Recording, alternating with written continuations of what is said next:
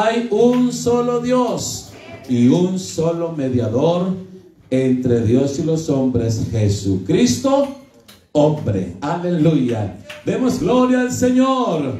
Demos gloria al Señor. Bueno, mis hermanos, entonces vamos a entrar en la meditación de la palabra del Señor.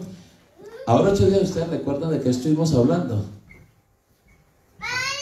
A ver, el que me diga, le doy un premio.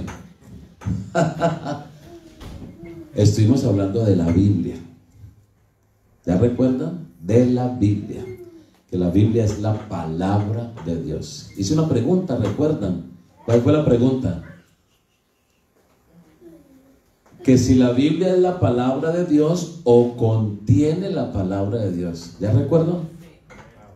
¿Y cuál es la respuesta?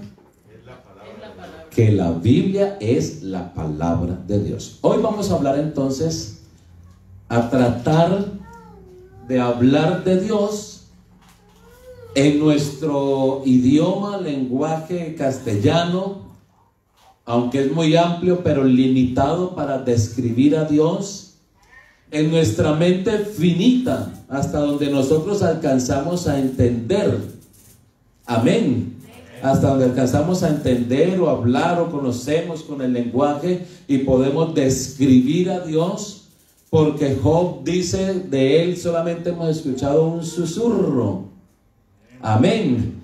Entonces vamos a leer, a tomar lectura de un versículo que está en San Juan, el capítulo 4 y el versículo 24.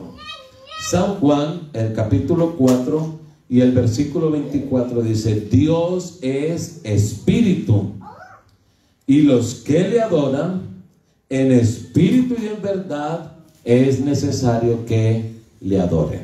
Amén. Así que vamos a empezar diciendo que Dios es espíritu. Por lo tanto, Dios se mueve en otra dimensión a la que nos movemos nosotros los seres humanos. Amén. Hay personas que esperan que Dios mismo venga y les hable. Hay personas que esperan que Dios mismo venga y se les presente. Para Dios no hay nada imposible, porque Él es soberano y Él puede tomar una forma y manifestarse. Pero en este tiempo el Señor nos ha dejado otra forma de manifestarse a nosotros, y es por medio de su palabra. Amén. Por eso la Biblia es la palabra de Dios. También por medio de su Espíritu Santo, que Él es espíritu, porque Él es espíritu en su esencia. Entonces Él entra a tener comunión con nuestro espíritu. Amén. Aleluya. Y otra forma es que Dios puede hacer milagros. Amén. Y cuando la persona necesita un milagro y Dios quiere glorificarse, quiere enaltecer su nombre y quiere dar testimonio de quién es Él, Él puede hacer milagros. Amén. Así que vamos a empezar diciendo que Dios es espíritu. Por lo tanto, Él no se compone de carne. Amén. Ni de carne, ni de sangre, ni de huesos o de materia física. Por eso, como Dios es espíritu, Él quiere o necesita un templo donde morar. Y ya dice la Biblia que Él no mora en templos hechos de manos. ¿Cierto? Hay templos muy bonitos, muy hermosos, pero ahí no está Dios. No sé si usted ha notado eso. Hay templos lujosísimos, muy lujosos, pero busquen a Dios ahí. Seco. Ese lugar es frío, como sinónimo de muerte. Usted entra y no se halla.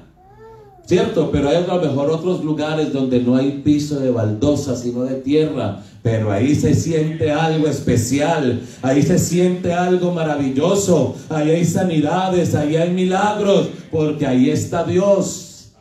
Y Dios ya no habita en templos hechos de manos. Dios necesita un corazón contrito y humillado. Ahora el templo del Espíritu Santo somos nosotros. Amén. Y eso es lo que quiere Dios, morar en nosotros. Y Él dice: no solamente estaré con vosotros, sino en vosotros. Ahora nuestro cuerpo debe ser templo del Espíritu Santo. Nuestro Dios es invisible, porque al ser espíritu, Él es invisible al ojo humano. Por lo tanto, otro punto muy importante para que una persona conozca o tenga una experiencia de Dios es la fe. Hebreos 11:6 nos dice: porque sin fe es imposible agradar a Dios, porque es necesario que el que a Dios se acerca crea que le hay y que Él es galardonador de los que le buscan. O sea, tenemos que creer. Por eso en nuestro templo usted aquí no ve una cruz, no ve una imagen, porque Dios es espíritu. Y nosotros tenemos que creer, porque la Biblia también dice que donde hay 2 o 3 congregados en su nombre, allí estoy yo en medio de ellos. El Salmo 133 dice: mirad cuán bueno y cuán delicioso es habitar los hermanos juntos en armonía, porque allí envía Jehová bendición y vida eterna. No nos reunimos aquí para hablar de política. No nos hemos reunido aquí para hablar del nuevo presidente. No nos hemos reunido aquí para hablar de farándula, de fútbol o de otras o de acciones económicas. No, estamos aquí para hablar del reino de los cielos. Amén, aleluya. Estamos aquí para hablar de los negocios de nuestro Padre. Estamos aquí para hablar de las cosas eternas. Aleluya. Así que nuestro Dios es invisible al ojo humano, a menos que Él escoja revelarse en alguna manera. Amén, porque eso ya le pertenece a Él en su soberanía. Esa representación que Él pueda tomar teológicamente se llama una teofanía. Amén. Hebreos dice: habiendo hablado Dios muchas veces y de muchas maneras. Y bíblicamente podemos encontrar que a uno se le apareció como un ángel, y él lo veía como un ángel, pero no era un ángel, era Dios el que estaba allí. A otra persona se le representó como un varón, así como cualquiera de nosotros. Y esa persona, hubo uno que sí lo identificó bien y dijo: este no es solamente un varón. Y lo aferró y lo abrazó y le dijo: no te suelto hasta que no me bendigas. Amén, aleluya. Y así sucesivamente, la Biblia encontramos muchas formas en que Dios ha tratado con el ser humano. Dios posee individualidad, racionalidad y personalidad. Amén. Él posee estas cualidades: individualidad, racionalidad y personalidad. Nuestro Dios es el autoexistente. Él no necesita de nada ni de nadie. Él subsiste por sí mismo, porque Él es Dios. Entre otras cosas, esta es una de las cualidades o uno de los requisitos que se debe tener para alguien que se crea Dios. Amén. Porque en la tierra, a través de la historia, han aparecido varias personas que quieren hacerse Dios y quieren que lo adoren como Dios. Y por ahí quiere venir alguien también como a querer ser como Dios. Pero no, ya leímos, solamente nuestro Dios es uno. Y Él dice: no daré mi gloria a nadie más. Aleluya, demos gloria al Señor. Demos gloria al Señor. Él es autoexistente. Él es eterno. Amén. Él es inmutable. Él es omnipresente, que quiere decir que está presente en todo lugar, en todo momento, en el mismo instante. Aleluya.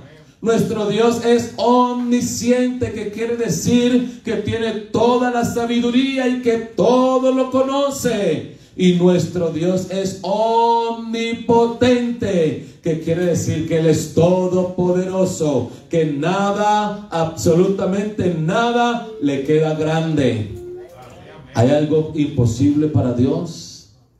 No hay nada imposible para Dios. A lo mejor a nosotros sí se nos presentan algunas montañas que las vemos muy altas, que no podemos moverlas. Pero no se olvide que hay uno que está más alto que esa montaña, que hay uno todopoderoso. Amén. Aleluya. Hay cosas secretas para nosotros los seres humanos y quisiéramos saberlas. Y a lo mejor para nosotros es imposible, pero para Dios no es imposible porque Él es omnisciente, Él todo lo sabe.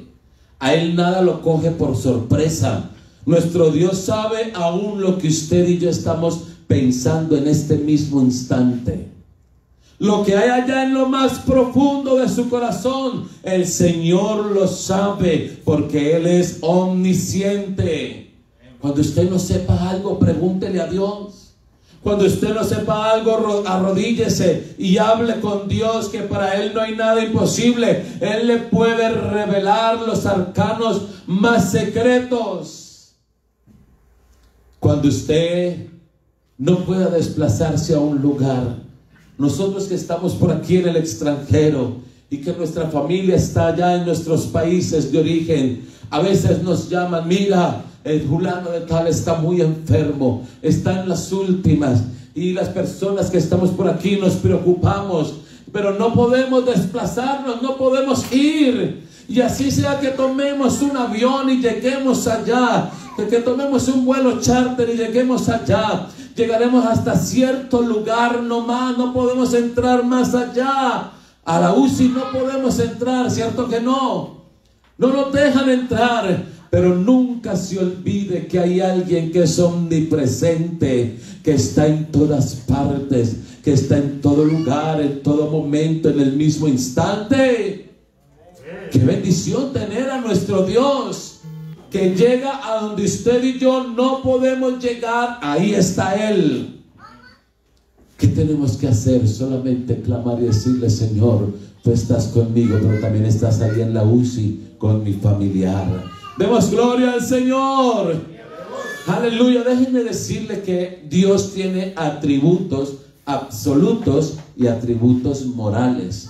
Los atributos absolutos, entre otros, son estos que acabo de mencionar: omnipotente, omnisciente, Él es eterno, Él es el autoexistente. Estos son atributos absolutos de nuestro Dios, que absolutamente nadie los puede tener ni los tiene, porque si no sería otro Dios, ¿cierto? Pero ¿cuántos dioses hay? Última palabra. Solamente hay un Dios, no hay nada más. Los dioses de las naciones son ídolos, dice la Biblia. Demos gloria al Señor. Así que también hay atributos morales. Hay atributos absolutos y hay atributos morales. Los atributos morales el Señor sí los comparte con nosotros, los seres humanos. Así que la naturaleza moral de Dios incluye, por ejemplo, la santidad. Amén. Por eso el Señor demanda santidad a cada uno de los que se acercan a Él. Aleluya. La santidad de Dios. ¿Y usted sabe qué es lo primero que hace Dios cuando una persona empieza a acercarse a Dios? Empieza a impartirle santidad. Empieza a quitarle todo lo malo, a quitarle el pecado, a quitarle todo lo que está sucio, lo que Dios lo ve sucio, y empieza a compartirle de su santidad. ¿Y usted sabe por qué Él le comparte de su santidad? Para poder Él acercarse a usted. Porque si usted no tiene esa santidad de Dios, usted y yo, entonces hay algo de parte de Dios que nos acabaría, nos mataría, y es la justicia de Dios. Por eso el Señor recalca tanto en nuestra vida: sed santos porque yo soy santo. Y dice la Biblia: y sin santidad nadie verá al Señor. Así que es importante que nosotros seamos santos, que nos guardemos del mal, que nos alejemos del mundo, de las cosas que manchan nuestro vestido. Aleluya.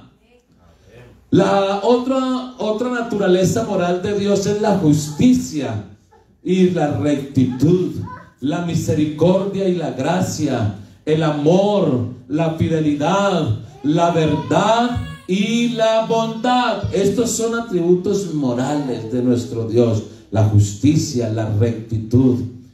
Qué bueno ser recto. Si Dios está en nosotros, nos enseña la rectitud. Aún aunque nuestro jefe no nos esté viendo, aunque el jefe no esté viendo al empleado, pero si ese empleado es un hijo de Dios, se va a manejar en rectitud, va a hacer las cosas rectas. Cuando va a hacer algún negocio, la mente o el enemigo le va a meter cosas malas. No, eso vale más, métaselo por más. Pero usted va a tener algo allí de parte de Dios que le va a enseñar la rectitud. También como Dios es misericordioso, la Biblia dice, bienaventurados los misericordiosos. Aleluya. ¿Sí sabe por qué? Porque ellos alcanzarán misericordia. Qué bueno ser misericordioso y sentir misericordia. La gracia de Dios, que es un don inmerecido. ¿Cuántos merecían lo mejor de Dios? ¿Cuántos merecíamos lo mejor de Dios? No merecíamos nada, pero Dios en su infinita misericordia, por su gracia y por su amor con que nos amó, entonces Él nos miró con amor, nos miró con misericordia. Tuvo amor por nosotros. Nos amó, y dice la Biblia que nos amó desde antes de la fundación del mundo. Y dice la Biblia, con amor eterno te he amado, por tanto te prolongué mi misericordia. Y además de eso dice, con cuerdas de amor te traje. Ese es nuestro Dios. ¿Y sabe qué dice la Biblia? El que no ama no ha conocido a Dios, porque Dios es amor. Aleluya. Y la expresión más grande de amor se llama la cruz del Calvario. Cuando alguien muere por otra persona que es su enemigo, ¿usted sería capaz de morir por su enemigo? ¿Usted sería capaz de ver que a su enemigo lo van a matar y usted le diga, no lo mate a él, máteme a mí? ¿Usted sería capaz? ¿Usted conoce a alguien que pueda hacer eso? A excepción de nuestro Dios. Cierto que no, nadie podría hacer eso. A lo mejor lo haremos por un amigo, a lo mejor lo haremos por un familiar, pero por un enemigo yo creo que jamás alguien lo haría. Pero si hubo alguien que lo hizo, y su nombre es Jesús. Su nombre es Jesús, aleluya. Solamente Él. Y la expresión más grande de amor es Jesucristo en la cruz del Calvario. La fidelidad, la verdad. Y conoceréis la verdad, y la verdad os hará libres. Verdad hay una, mentiras hay muchas, muchas. Y usted puede construir toda una vida de mentiras, pero en un segundo aparece la verdad, y esas mentiras se derrumbarán todas, absolutamente todas. Y nuestro Dios es la verdad. Él dice, yo soy el camino, yo soy la verdad, y yo soy la vida, dijo el Señor Jesucristo. Él es absolutamente perfecto en todo. ¿Usted le encuentra algún error a Dios? Y aunque Él haga cosas o permita cosas que a lo mejor nosotros no entendemos, y hay seres humanos o personas que preguntan, pero si Dios existe, entonces ¿por qué esto?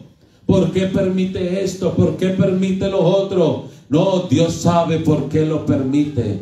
Dios sabe por qué lo hace. Aleluya, aleluya, aleluya. Así que nuestro Dios es absolutamente perfecto en todo.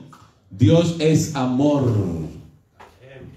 Puesto que Dios es santo, entonces Él no puede tener comunión con el pecado. Son dos polos totalmente opuestos. Y la justicia de Dios demanda castigo por el pecado. Pero Él en su amor y misericordia, ¿sabe qué hizo? Se dio a sí mismo. Se entregó a sí mismo. Y por eso dice la Biblia que el Señor Jesucristo dijo, nadie me quita la vida, sino que yo tengo poder para ponerla y para volverla a tomar. Y la profecía dice, yo mismo iré y los salvaré. No fue que mandó a otros, sino que Él dijo, yo mismo iré y los salvaré. Y por tanto mi pueblo sabrá mi nombre por esta causa en aquel día, porque yo mismo que hablo, aquí estaré presente.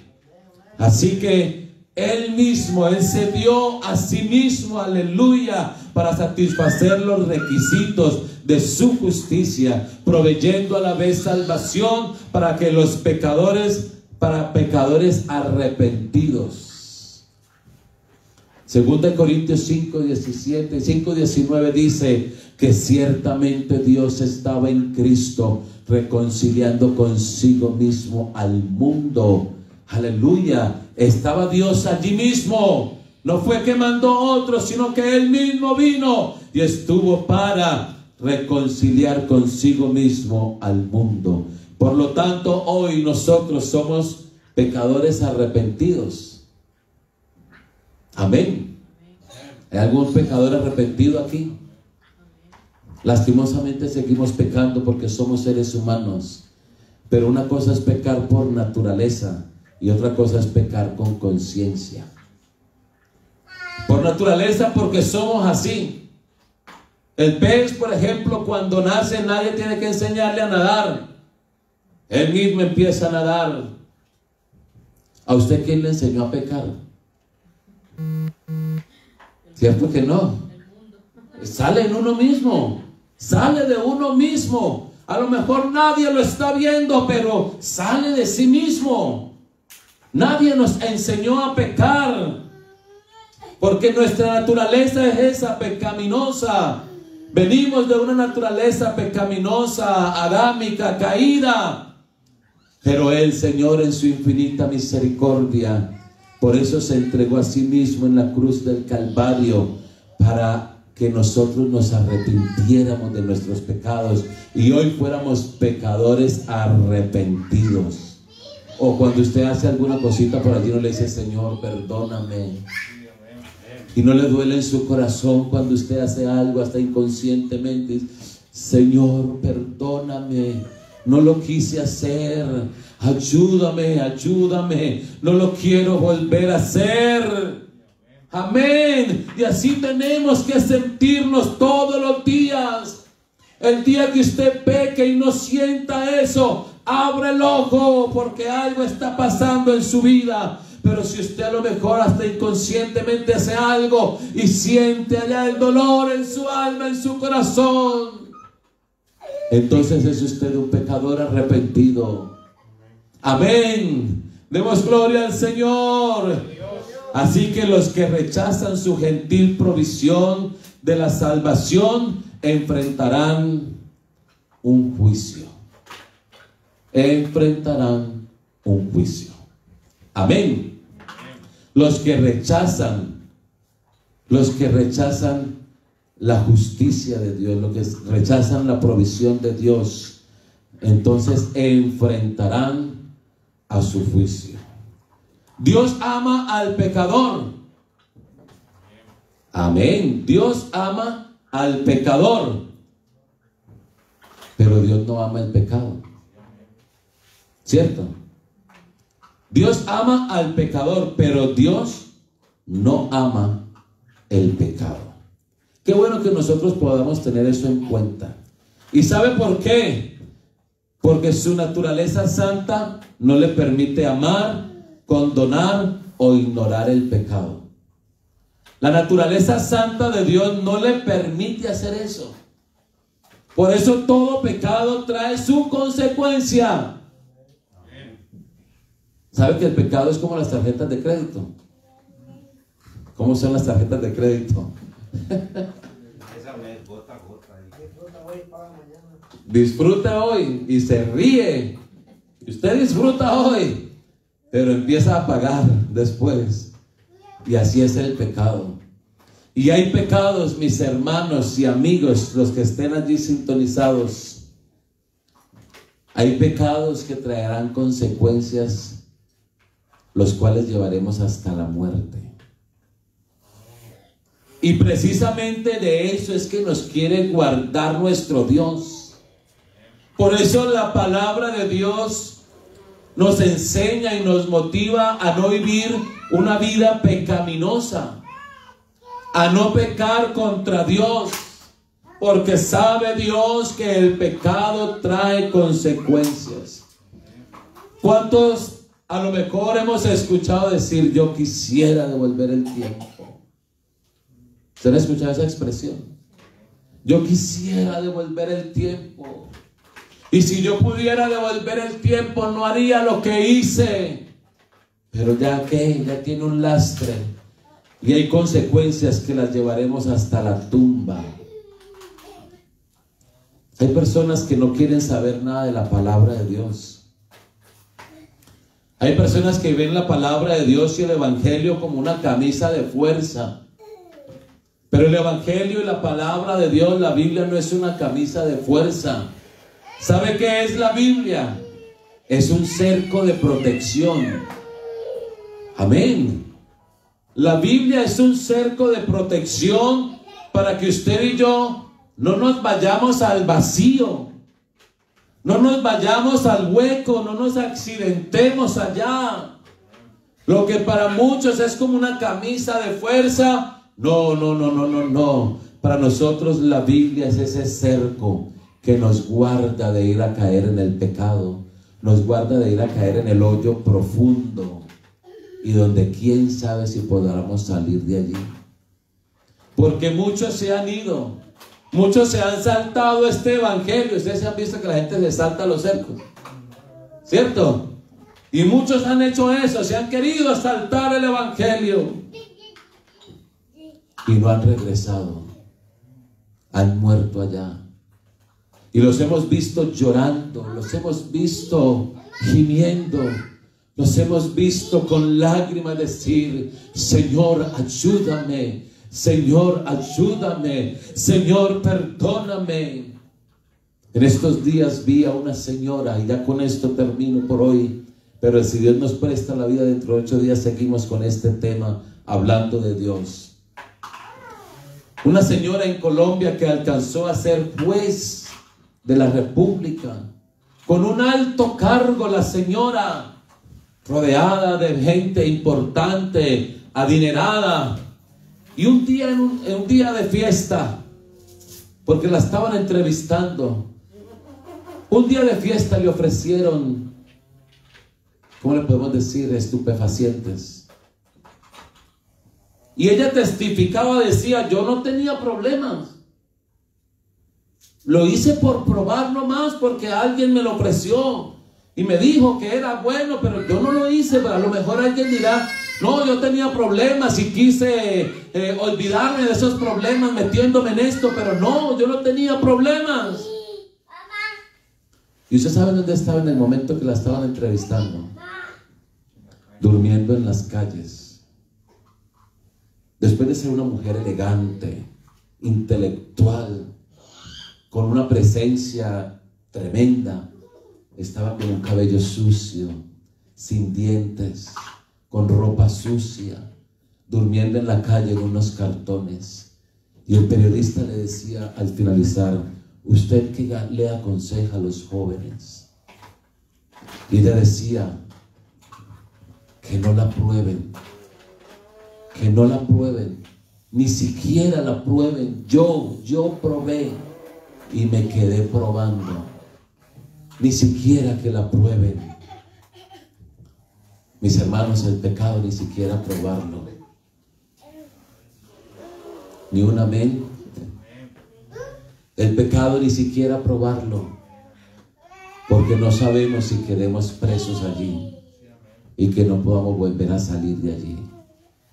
Que el Señor Jesucristo nos guarde. Yo quiero invitarles para que estén en sus pies y vamos a darle gracias al Señor. Creo que Dios nos ha hablado en esta noche. ¿A cuánto les habló el Señor? A mí me habló el Señor. Y en este momento quisiera orar. Vamos a orar.